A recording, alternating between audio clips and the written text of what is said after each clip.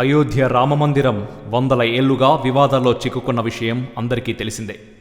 ఆ వివాదాలు సామరస్యంగా పరిష్కారమయ్యాయి. అయోధ్య రామమందిర నిర్మాణం శరవేగంగా పూర్తయింది. హైందవ సనాతన ధర్మంలోని సప్తమోక్షపురాల్లో ఒకటైన అయోధ్యను దర్శిస్తే మోక్షం సిద్ధిస్తుందని అనూచానంగా సంప్రదాయంగా వస్తున్న ఆచారం, భక్తుల విశ్వాసం. వందల ఏళ్లుగా ఎదురుచూస్తున్న మహిమాన్విత అయోధ్య రామజన్మభూమి భక్తుల సందర్శనార్థం సర్వహంగులతో సిద్ధమవుతోంది. భారతీయ సనాతన ధర్మానికి ప్రతీకగా నిలిచే సాకేత రాముడి మందిరాన్ని భక్తులు దర్శించే శుభ గడియలు రానివచ్చేశాయి. అయోధ్య రామాలయ విశేషాలను ఒక్కసారి మనం చూద్దాం.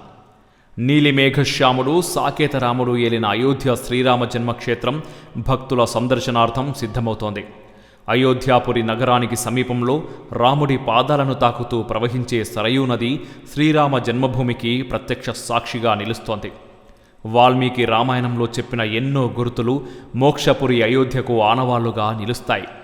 లోకపావని జానకీమాత సీతమ్మ నడయాడిన పుణ్యభూమి అయోధ్య సప్త మోక్షపురాల్లో ఒకటిగా ప్రసిద్ధి చెందింది. అంతటి ఆధ్యాత్మిక చారిత్రక నగరమైన శ్రీరామ జన్మభూమి భక్తుల సందర్శనానికి సిద్ధమైంది.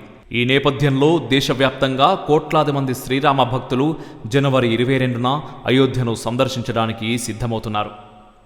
ఉత్తరప్రదేశ్లో రాష్ట్రంలో అయోధ్య రామమందిర నిర్మాణం కేవలం 2.5 ఏళ్లలోనే శరవేగంగా పూర్తయింది. త్రేతాయుగం నాటి ఈ పుణ్యతీర్థం అతి త్వరలో శ్రీరామచంద్రుడి వైభవాన్ని దశ దిశలా చాటనుంది.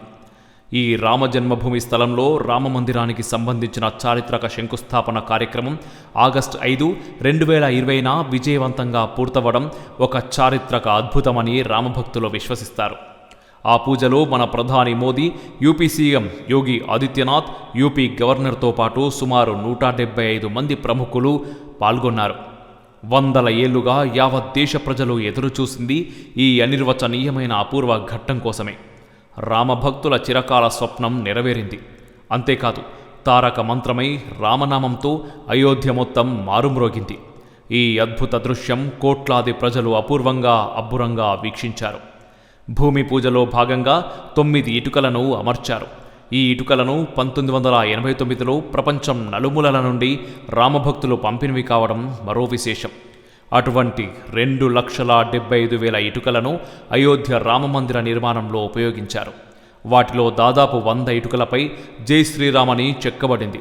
ఇది కాకుండా 2,000కు పైగా పుణ్యక్షేత్రాల నుండి మట్టితో పాటు శతాధిక తీర్థాల కంటే పైగా పుణ్య నదీ జలాలను తీసుకువచ్చారు. ఈ అపూర్వ సన్నివేశం జరిగి ఇప్పటికీ 2.5 ఏళ్లకు పైగా కావస్తోంది. అత్యంత తక్కువ కాలంలోనే అయోధ్య శ్రీరామమందిరం సర్వాంగ సుందరంగా అపూర్వ శిల్ప సంపదలతో నయన మనోహరమైన నగిషీలతో ఆద్యంతం కళ్ళు మిరుమిట్లు గొలిపేలా సిద్ధమైంది.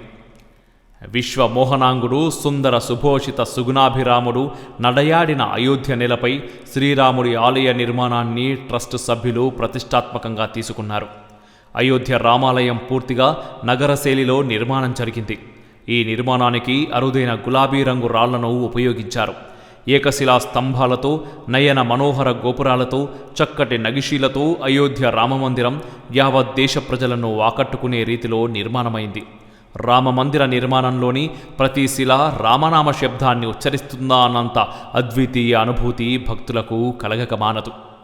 అయోధ్య రామమందిరం దాదాపు 2.7 ఎకరాల్లో గత వైభవ ప్రాభవాలకు నిలువటద్దంగా ఇక్ష్వాకు వంశ ప్రతిష్టకు ప్రతీకగా భారత ధార్మిక సాంస్కృతిక వికాసం ప్రతిబింబించేలా నిలవనుంది. ఆలయ నిర్మాణం మొత్తం 57,400 చదరపు అడుగుల్లో 360 అడుగుల పొడవు, 235 అడుగుల వెడల్పు, 161 అడుగుల ఎత్తులో 3 అంతస్తులుగా రామమందిరం నిర్మితమైంది. పునాది స్థాయి నిర్మాణంలో 160 నిలువు స్తంభాల వరుసలతోనూ, మొదటి అంతస్తులో 132 స్తంభాల నిలువు వరుసలతోనూ, రెండో అంతస్తులో 74 స్తంభాల నిలువు వరుసలతోనూ 12 గేట్లతో గత వైభవానికి అద్దం పడుతోంది. ఆలయ గర్భగుడి అష్టభుజి ఆకారంలోనూ చుట్టుకొలత వృత్తాకారంలో నిర్మితమైంది. భారతీయ సాంస్కృతిక జీవనంలో సమ్మిళితమైన అపూర్వ గాథలు, ఇతిహాసాలు. వాటిలో త్రేతాయుగంలోని వాల్మీకి రామాయణం మానవుడి ధార్మిక జీవనానికి ఒక ప్రతీక. రామో విగ్రహాన్ ధర్మ అంటారు. అంటే శ్రీరామచంద్రుడు సాక్షాత్తు ధర్మమే ఆకారంగా రూపుదాల్చాడని బ్రహ్మర్షులు లోకానికి చాటారు.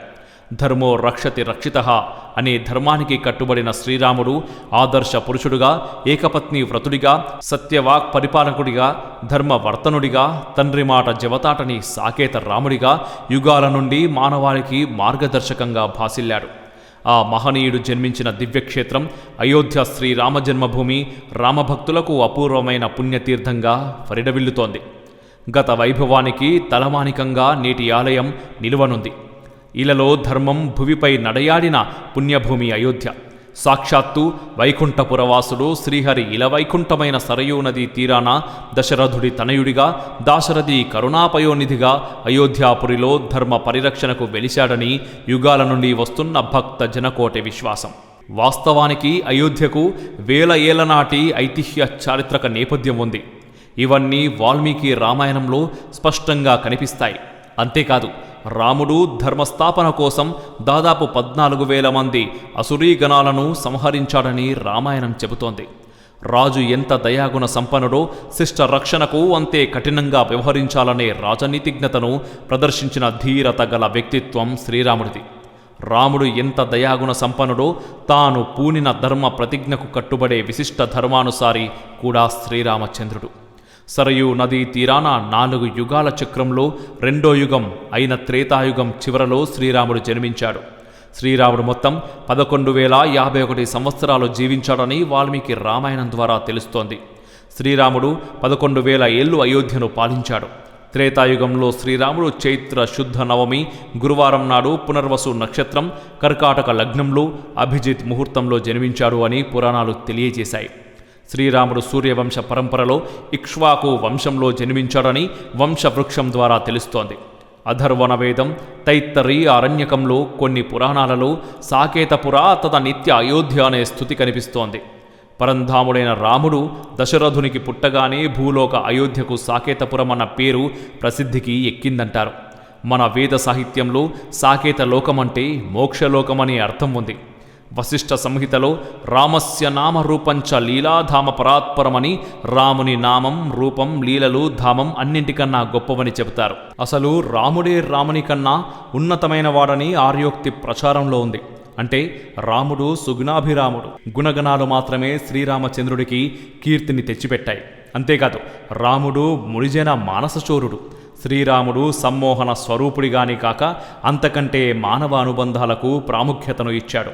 అన్నదమ్ముల అనుబంధానికి, ప్రజల సంక్షేమానికి పెద్దపీట వేసిన అయోధ్య త్రేతాయుగంలో ఆర్షధర్మానికి ఎంతో ప్రఖ్యాతి చెందింది.